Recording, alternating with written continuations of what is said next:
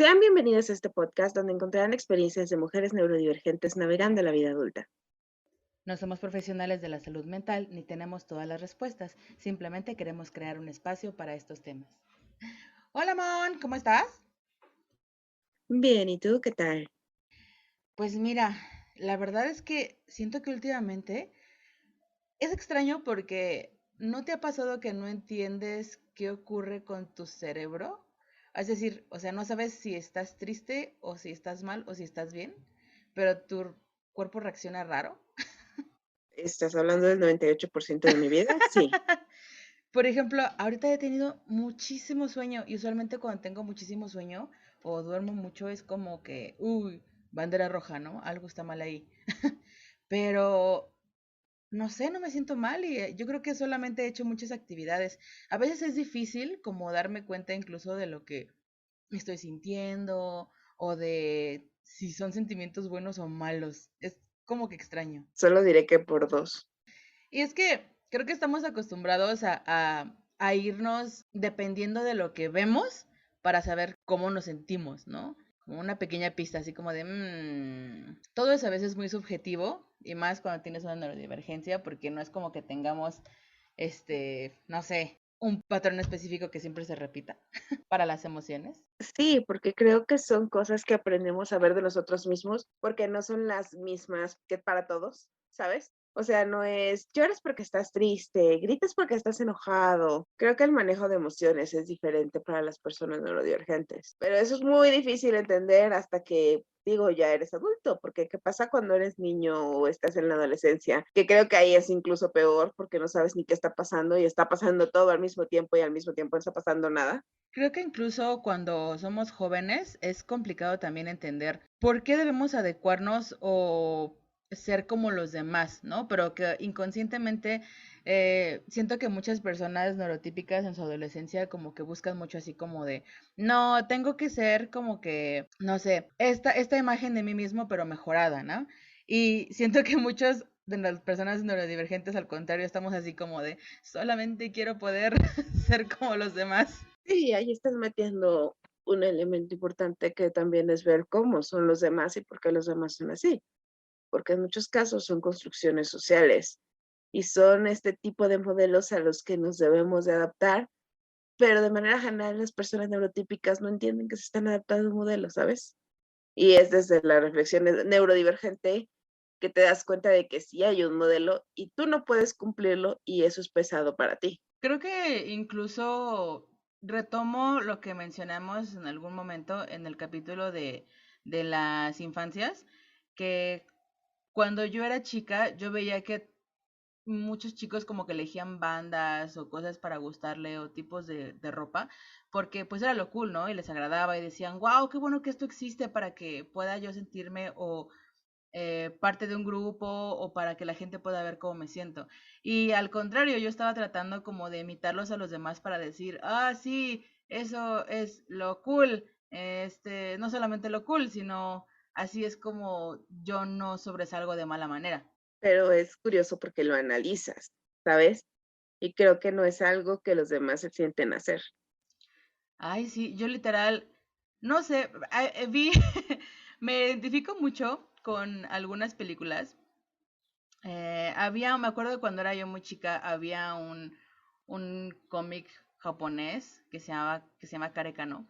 Donde la personaje principal era una persona como que era muy, muy, muy admirada por el resto de sus compañeros, pero, y que conoce a un chico que también es muy admirado por todos sus compañeros y dice, ay, es como yo, pero porque ella, o sea, para poder ser admirada y poder tener como muchísimo, pues, popularidad, practica todos los días, se trata de aprender cómo debe de actuar, las respuestas que las demás esperan, cómo es que, o sea, estudia para ser popular, ¿no? Y eso es lo que le hace sentir bien, el darse cuenta que los demás pues la aprecian o la admiran por esto mismo. Y que cuando se da cuenta que este muchacho no está actuando, que él es así naturalmente, como que le da mucho coraje. Y creo que yo también me identifiqué mucho porque yo de niña lo leí y yo dije, sí es cierto, o sea, ¿cómo es posible que la gente no estudie para poder ser normal, entre comillas? Pero también es como la dimensión de qué trae el no ser normal, ¿no? Porque uno no solo quiere ser normal porque sí, o sea, no es como, ah, sí, ahora voy a ser así, sino como tú dices, es para buscar aceptación, es para estar dentro de un grupo, es para estar con la gente, entre comillas, normal. Y ahora que lo mencionas, exactamente, sobre todo cuando estamos a lo mejor, pon tú, ya no en la primera infancia, ¿no? Sino en la preadolescencia. Es cuando sabemos esto porque ya hemos tenido a lo mejor alguna consecuencia por ser nosotros mismos, ¿no? Por ejemplo, ya nos dejaron de hablar miles de amigos, ya alguien hizo algún comentario para hacerle notar al resto del grupo que somos diferentes, porque al fin y al cabo la sociedad siempre como que trata de regularte y de meterte en la caja que ellos esperan, ¿no? Entonces, en el momento en el que alguien sale de esta cajita, dicen, a ver, ¿qué está pasando ahí? Y pues toman sus propias medidas, ya sea el no el dejarte de hablar o a lo mejor el ridiculizarte de alguna manera. Y entonces todo esto te pega más fuerte porque no consigues ser normal. Y por más que te esfuerzas, no pasa. Entonces creo que es horrible.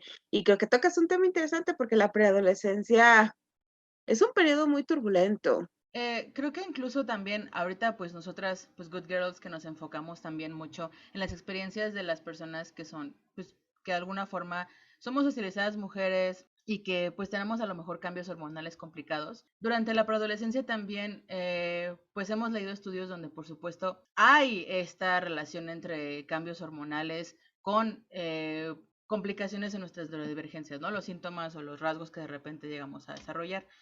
Entonces, creo que también luego, sobre todo cuando somos preadolescentes y que apenas, no sé, estamos teniendo nuestra primera menstruación o algo así, y al mismo tiempo empezamos a tener como que cambios más radicales en cuanto a nuestras personalidades, dicen, ay, pues no importa, ha de ser tu misma menstruación, lo que te hace que te cambies. A lo mejor esta inhabilidad para regular tus emociones tiene que ver con eso, ¿no?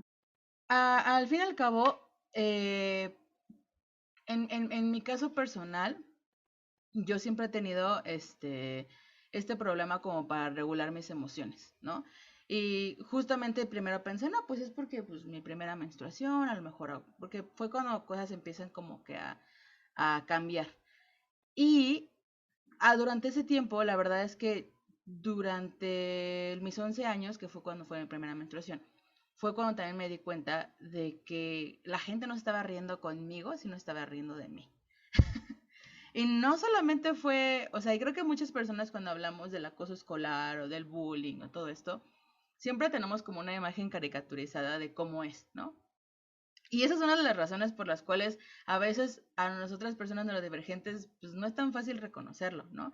Son acciones que me hacen sentir mal, pero no sé por qué. Si no lo está haciendo una persona popular burlándose de mi vestido, como lo hacen en las películas, ¿no?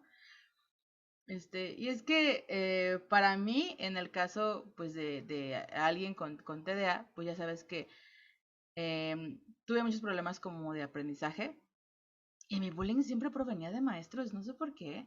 Ay, extendiéndonos con el tema de la semana pasada. Yo, fíjate que me encanta esto de decir no tenía un referente, porque creo que ya hemos hablado mucho sobre la importancia de tener ejemplos visuales y altamente referenciales, valga la redundancia, para las personas neurodivergentes. Y entonces creo que el hecho de que en el momento en el que crecimos, los medios eran, bueno, los medios se enfocaban en este tipo de bullying de el jugador de fútbol americano azotando al pobre nerd en contra del casillero. Y ver que eso no pasara era como de, bueno, entonces no soy víctima de bullying. ¿Por qué? Pero habían otras cosas que, por ejemplo, yo, como fui a un colegio que era exclusivamente para niñas, pues las dinámicas de socialización y las dinámicas de interacción entre las preadolescentes mujeres son brutales. Y no llegaban al grado de Mean Girls, porque digo, éramos preadolescentes y en esos tiempos creo que se vivían muy distintas las infancias, así que no estábamos bajándonos a los novios y no estábamos preocupadísimas por la talla, pero sí era más importante ver que, pues, por ejemplo, yo era más gordita y eso era como, ay, sí, es gordita. Y eso no sentía que fuera una ofensa hasta que se convirtió en una ofensa, ¿sabes? Pero tardó mucho tiempo en ser entendido como una ofensa en sí, o entender que era parte de una dinámica de bullying. Ok. O sea, Entonces, en tu caso, puede decirse que fue como recibir información, ¿no? Así como de, oye, es que eres más grande que los demás. O sea, eres más gorda que los demás. Y tú así como de, pues sí, es un hecho, ¿no? O sea, no lo entiendo.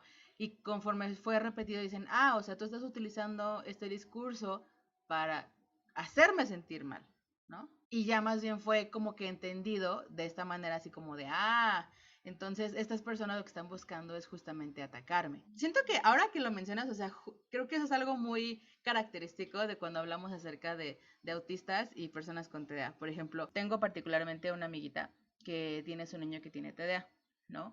Y dice que una de las cosas que más le frustran es que no puede hacer nada para que no sienta las cosas tan fuertes, ¿no? Porque, pues como saben, y hemos mencionado aquí algunas veces, muchas veces el tener TDA es también ser demasiado sensibles al rechazo, ¿no? Y también a no poder regular nuestras emociones también. Y que justamente cualquier tipo de desplante o que el amigo hoy nos habló mal o no nos habló como usualmente, nos puede crear pues un sentimiento desagradable, ¿no? Entonces, mis amigas de repente me han dicho, es que no sé qué hacer con él, o sea, porque le explico que pues obviamente no lo hizo con esa intención, o a lo mejor en algunos casos, pues desgraciadamente los niños pues sí tienen esta intención, ¿no? De lastimar, pero no se dan cuenta que pues a uno le afecta un poquito más fuerte. Y al contrario, ahorita que comentas tu experiencia, digo, siento que eso es muy autista, ¿no? O sea, como decir, ah, me estabas haciendo bullying, ni te había entendido. Entonces, es como complicado, ¿no? Bueno, en este caso. Pero fíjate que cuando lo entendí, de repente nada más lo empecé a manejar diferente. Bueno, llegó un punto en el que, por ejemplo, me estaba molestando con que me gustaba un compañerito. Uy, sí. Y lo que me molestaba no era que me dijeran, ay, sí, Moni fulanito. Era como de, me molesta que tengan la información incorrecta porque no estamos saliendo, solo somos amigos. Es mi mejor amigo, o sea, sí, sí es mi mejor amigo, pero nada más. Y eso era como que lo que me molestaba de toda la situación. Pero entonces cuando ya me di cuenta de que me estaban molestando, fue crear como que una estrategia de contraataque. Y fue como de, bueno, sí, pero al menos yo tengo a alguien y tú. Y fue como de, ay, Ujú. ¿Dirías que eso como que el protegerte del bullying o el de la que la gente te iba a decir llegó como algo natural o también era algo que tenías que ir aprendiendo? creo que fue algo que tuve que ir aprendiendo, pero esta vez como que no había nada que me lo explicara, sino que fue muchísimo más por mi cuenta. Pero sí creo que fue algo relativamente valioso.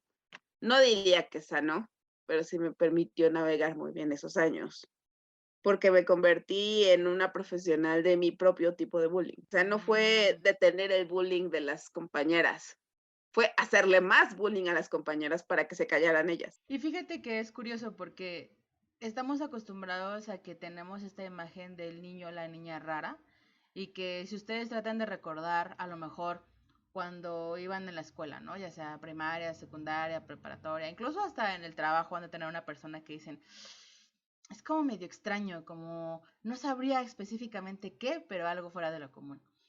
Y pues justamente estamos acostumbrados a ser esa persona, ¿no? Y a no escuchar la perspectiva de esa persona, entre comillas, rara, fuera de lo común. Y ahorita que tú mencionas, no, pues yo tomé el control sobre mi situación y dije, ah, entonces voy a voltearlo. Yo creo que es lo que menos se hubieran esperado, ¿no? Porque están acostumbrados a que, ah, si es una persona rara, sabe que es rara y entonces se tiene que acostumbrar a que vamos a decirle que es rara. Pero no están preparados para un contraataque. Y ahí también caemos en cuenta que siempre pensamos que las personas neurodivergentes son personas inocentes que solamente se deben de dejar y que pobrecitos, y a pesar de que no supieran que teníamos alguna neurodivergencia, pues está esto ya dentro de su psique, ¿no? Siento. Y en tu caso, ¿tú tuviste alguno de esos problemas? ¿Cómo lo manejaste? ¿Qué? Ay, mira. Mira, yo no quería, pero ¿cómo les explico, amiguitos? La verdad es que para mí incluso el hablar acerca del acoso escolar era un tema complicado, o sea, me causaba una inestabilidad emocional porque me hacía regresiones a esos momentos. Y no se crean, ¿eh? No crean que a lo mejor tuve compañeros muy malos que me llegaron a hacer cosas muy desagradables o algo así, sino que como les había dicho, cuando tenemos TDA muchas veces, el manejo de emociones es muy complicado y cualquier cosa, cualquier respuesta o falta de puede ocasionarnos pues un problema, ¿no? Eh, la verdad es que desde muy pequeña me di cuenta que no era similar a los demás, porque yo me di cuenta que era gay cuando era muy, muy, muy, muy chica. Entonces, como que desde ahí dije, ah, es que yo no tengo, o sea, yo no siento las mismas cosas que mis otras compañeras. Y aparte, me sentía diferente en aspectos como de cosas que nos gustaban, y no sabía en ese entonces, pero también vino de divergencia y ya estaba ahí como que diferenciándome de los demás. Por eso mismo hay una cosa que es la impulsividad. Y la impulsividad es como decir cosas que no podemos controlar o no nos regulamos socialmente, ¿no? Como que no entendemos así como que, uy, lee el cuarto, porque pues, ¿cómo saberlo si no está escrito en algún lugar, ¿no? Entonces, de muy chica solía ser la persona que compartía demasiado mis cosas personales o que si escuchaba cosas personales de alguien más, pues las decía porque no entendía que era un secreto, ¿no? Mi mamá y mis papás como que siempre eran, ay, mira qué graciosa, que dice todo lo que piensa. Pero pues eso mismo a los niños, sobre todo en estas relaciones como de chicas, no sé si a lo mejor ustedes son, están familiarizados con cómo se juntan entre niñas, pero para las amistades entre mujeres, sobre todo cuando son muy jóvenes, lo más importante es como que guardar secretos, ¿no? Así como de me gusta menganito o esto es lo que más me gusta o no le decía a nadie, pero pues la verdad es que eso me ocasionaba muchos problemas. También cuando empecé la prepubertad empecé a tener cambios diferentes porque empecé a subir mucho de peso, empecé a verme más oscura y entonces esto ocasionó que a lo mejor hubiera más comentarios acerca de mi apariencia como negativos. Entonces, como que trataba que no me importara porque siempre tuve como que un carácter más fuerte, pero toda la etapa yo creo que de la secundaria se enfocó a lo mejor en burlas a mis expensas por mi apariencia física, que pues obviamente me ocasionó así problemas como que de imagen y todo esto. Y la verdad es que uno de los problemas o también como que del acoso que más recibía era del lado de los maestros, porque pues nuevamente el TDA recuerden que hace que nos olviden ciertas cosas o que no podamos organizarnos de la manera en la que los demás esperan. Entonces, pues el registro de tareas o el hacer actividades o el llevar un cuaderno son cosas que no eran amigables para mi forma de aprender, pero en ese entonces yo no lo entendía. ¿Y cómo se traslada esto? Pues la gente cree que eres floja, que no te gusta hacer las cosas, que no te importa. Asumen o te dan una personalidad con base en lo que ellos piensan de otras personas, ¿no? Y dicen, sí, como yo tengo un grupo de personas que si no me entregan esta tarea, entonces son flojos y no les importa, tú como no me lo entregaste, pues también lo eres, ¿no? Siempre como que era de una parte el bullying de mis compañeros, algo más como burla en cuanto a lo físico, después en cuanto a lo de mi sexualidad, y después también los maestros en cuanto a mis métodos de aprendizaje, ¿no? O sea, que no era tonta. Entonces, era tonta. Entonces, la verdad es que yo ya tenía mucho odio a la escuela, así como de, uy, no, no, no, o sea, pero para mí era como la gente me hacía sentir. Y sentía que cualquier cosa, o sea, era demasiado grave. Tardé muchos años, la verdad, y trabajar en mí misma para comprender que mis compañeros realmente no eran los demonios con los que yo creí que había estado compartiendo, porque pues también yo necesitaba un poquito de ayuda psicológica y hoy en día puedo comentarlo sin ningún problema. Y también incluso de los maestros en los cuales también me mostraron como estas caras, pues lo que hice al contrario fue convertirme en una mejor maestra. Entonces como que no estoy diciéndole que la gente tiene que ser burlada para poder llegar, para poder desarrollar su personaje, pero soy uno de los casos que a lo mejor sobrevivió, porque hay muchos casos de niños con TDA que desgraciadamente están sufriendo este tipo de problemas y pues no tienen las suficientes herramientas para sobresalir después de este mismo acoso, ¿no? Entonces, sí, me gusta pensarlo como algo que me pasó, no me hizo, pero es algo que sobreviví. Me gusta mucho esa visión.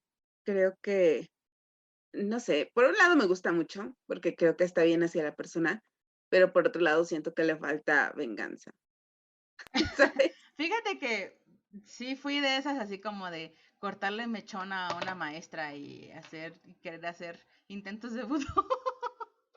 Cool. No, Pero, yo tuve un super final de temporada cuando cerramos esa temporada, porque en tercero de secundaria la chica que me hizo bullying desde que entré en primaria se acercó y por cuestiones de la buena escritura de los guionistas de mi vida, quedamos empatados en una competencia y gané. Tuvo que hablar conmigo y me dijo que todo el tiempo me había admirado, pero que estaba celosa de todo lo que podía hacer y de lo bien que me tomaba todo. Y yo como de, ok, gracias, pero pudiste haber hecho mi vida menos miserable. No entiendo a qué vino eso de estar molestándome durante todo este tiempo. Y entonces creo que se cerró muy bien para mí toda esa situación. Pero sí, o sea, fue como, nunca fueron monstruos, pero me quedo con ese sabor de decir, y entonces, ¿dónde queda todo lo que pasé durante todo este tiempo? Ella ya se disculpó, yo tengo que de alguna manera aceptar esa disculpa porque no le iba a decir no, pero ¿qué pasa ahí?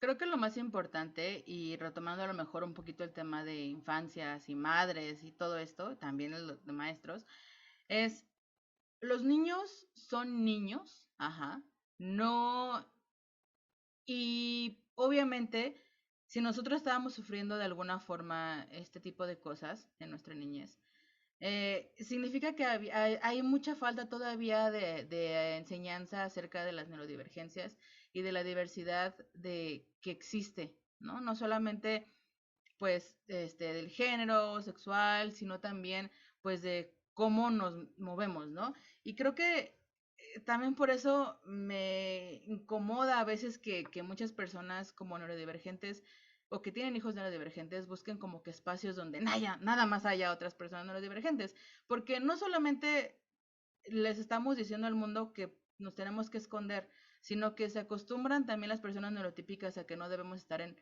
entre comillas, sus espacios. Y entonces nunca aprenden a convivir con nosotros, ni a entender, sí, a Menganito le necesita estar apretando un juguetito mientras está en la clase o se necesita parar, pero no por eso hay que ridiculizar a tal persona, ¿no? Y la verdad es que muchas veces si hubiera una intervención de parte de alguno de estos lugares como padres, madres, maestros, pues sería un poquito más sencillo para nosotros niños neurodivergentes, ¿no? Creo que el problema es que de repente hacer cosas por nuestra, entre comillas, comodidad, no es más que hacer cosas en realidad por su comodidad. Las Claro. acomodaciones no están orientadas realmente hacia las personas neurodivergentes, porque en vez de crear un esquema de comprensión, aprendizaje y aceptación de la neurodivergencia, se crea esta política estacionista de decir, aquí pones a los neurodivergentes y aquí pones a los neurotípicos y tratas de que no se junten porque sabes que eso va a salir mal. El problema es que si sigues tomando esa vía va a seguir saliendo mal.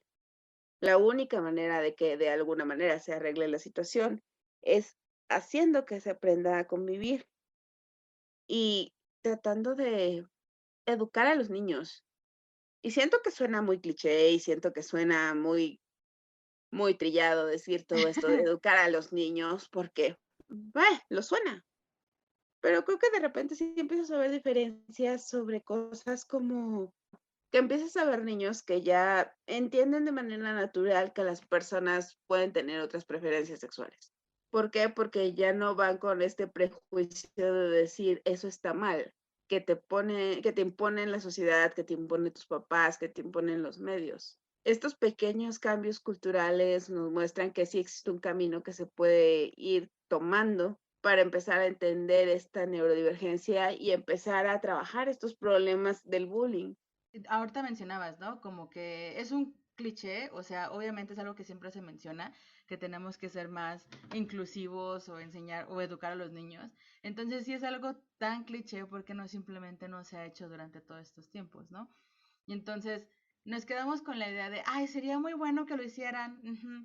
Pero sobre todo ahorita en redes sociales me he encontrado con varias personas, padres de familia con niños con TDA, que dicen, nos hemos encargado incluso de ir a las escuelas, a la escuela de nuestros niños y explicarles a los maestros y a los niños, pues, que sus niños tienen alguna neurodivergencia, ¿no? Entonces, digo, creo que es, a veces como que me da tantita como que envidia, porque digo, qué padre que a lo mejor en estos casos estos niños puedan como que compartir sus emociones, porque siento que cuando yo era niña yo tenía estos sentimientos como de me siento horrible, me siento mal, cualquier cosa que los otros niños hagan o no hagan, o maestros, me hace sentir como que parte o externo a.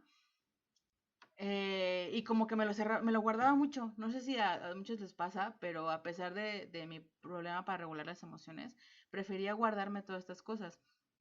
Y ahorita veo pues con curiosidad que pues estos niños no les están enseñando como que a reprimir sus emociones, o sea, que si ellos saben que sus emociones son muy fuertes y les causan problemas, pues las comparten. Pero al mismo tiempo me doy cuenta que los padres que se dan cuenta de que esto les está ocurriendo a sus niños, como que sí están así como de, entonces, ¿qué hago? Y pues desgraciadamente no podemos controlar lo que los demás hacen o no hacen por nuestros hijos, ¿no? No, creo que no hay una receta, creo que no hay una fórmula mágica para decir, de esta manera van a dejar de bulear a los niños, al menos no de manera inmediata, porque creo que sí, la aceptación funciona de maravilla y el entender que existen personas diferentes a nosotros desde muy temprana edad ayuda muchísimo a crear estos ambientes en donde nadie termina siendo excluido. Que de todas maneras, por toda la educación que haya, siempre de alguna manera va a haber algún tipo de exclusión. Así que tampoco es la solución Ujú. mágica. ¿Y saben qué? O sea, ahorita mencionamos que en general neurotípicos o neurodivergentes, los padres no quieren que sus hijos se les haga nada, ¿no? Y creo que también es una de las cosas, regresando a nuestros paralelos con diversidad sexual y genérica, existen, ¿no? O sea, puede que al principio sea difícil de decir, ay, no puedo creer que mi hijo o mi hija es diferente, porque entonces ahora él o ella se va a tener que enfrentar a muchas cosas que a lo mejor otras personas no van a tener que hacerlo, ¿no? Pero mi consejo es que si una de las cosas que la escuela siempre me hicieron mantenerme ahí fue tener mi círculo de apoyo. Ok, no puedes controlar que el niño, que la niña no le pase nada, pero sí le puedes dar un ambiente en tu hogar donde se sienta cómoda o cómodo de exteriorizar estos sentimientos, ¿no? Por ejemplo, yo me acuerdo que regresaba destruida, o sea, la escuela para mí me drenaba, me agotaba. Al principio se me era muy difícil como que compartir estas emociones, pero mi mamá fue la que dijo, hay algo extraño aquí. Entonces, a lo mejor no puedo controlar lo que todos los demás hacen, pero sí te puedo demostrar cariño o atención o o darte un espacio agradable aquí en tu casa, ¿no? Y esa es una de las cosas que yo decía, uy, odio la escuela, pero yo sé que llegando a mi casa las cosas son diferentes. Creo que es complicado ahorita hablar a lo mejor de que los jóvenes sepan exactamente qué ayuda necesitan, sobre todo si son muy pequeños, pero sí como padres a lo mejor estar o tutores, pues sí estar a lo mejor un poquito al pendiente de si existe a lo mejor este tipo de cambios, ¿no? Suena feo que hay que estar ahí viendo, pero si ustedes viven con personas neurodivergentes, la verdad es que sí, muchas veces estar ahí al pendiente así como de no se vaya a hacer nada. Repito, tuviste un montón de suerte, tienes mucha suerte, pero creo que me quedo con la parte de el haber lidiado con el acoso escolar. No es algo que nos formó, pero creo que sí nos enseñó lo que podíamos llegar a hacer cuando superábamos las cosas. ¿Tiene una parte formativa? Sí. Probablemente no la que todo el mundo dice, porque realmente no formas carácter, porque realmente no te haces más fuerte, porque realmente solo generas resentimiento y dolor. Creo que no hay ninguna parte positiva del bullying hasta que no ves lo que aprendiste.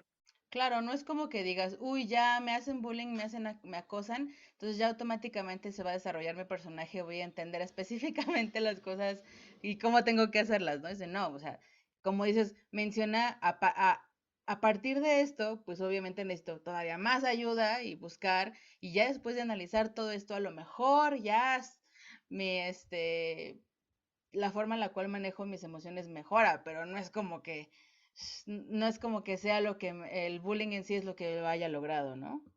Así que, repito, no hay una fórmula mágica para desaparecer el bullying, pero creo que también lo que dice Brenda es muy bueno.